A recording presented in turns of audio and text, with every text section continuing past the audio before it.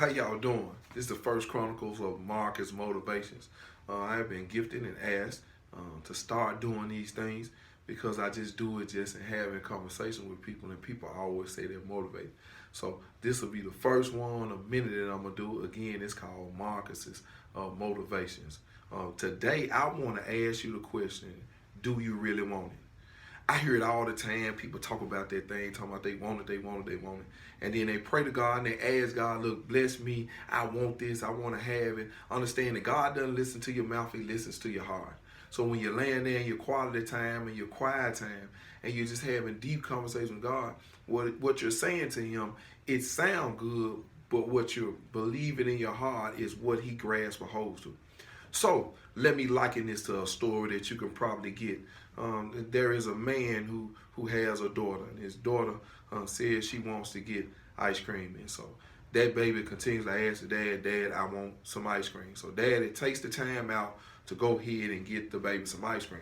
When Daddy goes to get the ice cream, the baby says, "Dad, I don't want this."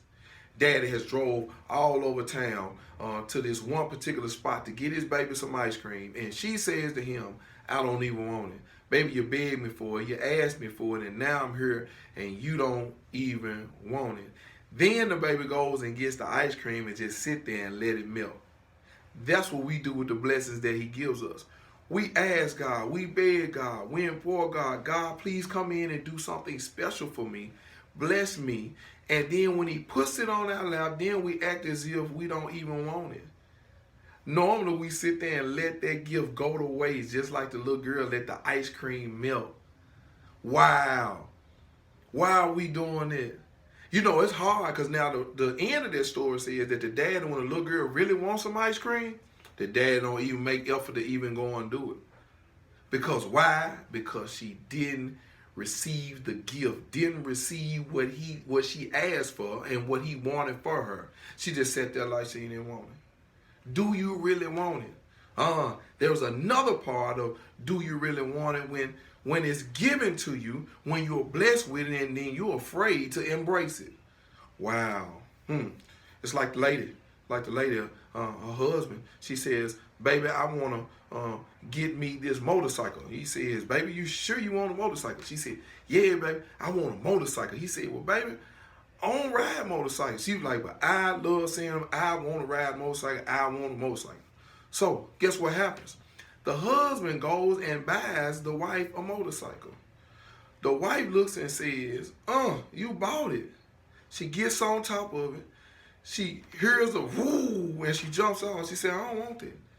He said, "Huh? I bought the motorcycle for you." So she's sitting there, and the sad part about it is he said, "Baby, down the street they offer motorcycle classes down there. So the motorcycle is yours. You just got to take classes. Now, I'm going to sit the motorcycle here. You got the keys to it. It's paid for. I just want you to take the classes so you'll be able to drive it." Woo!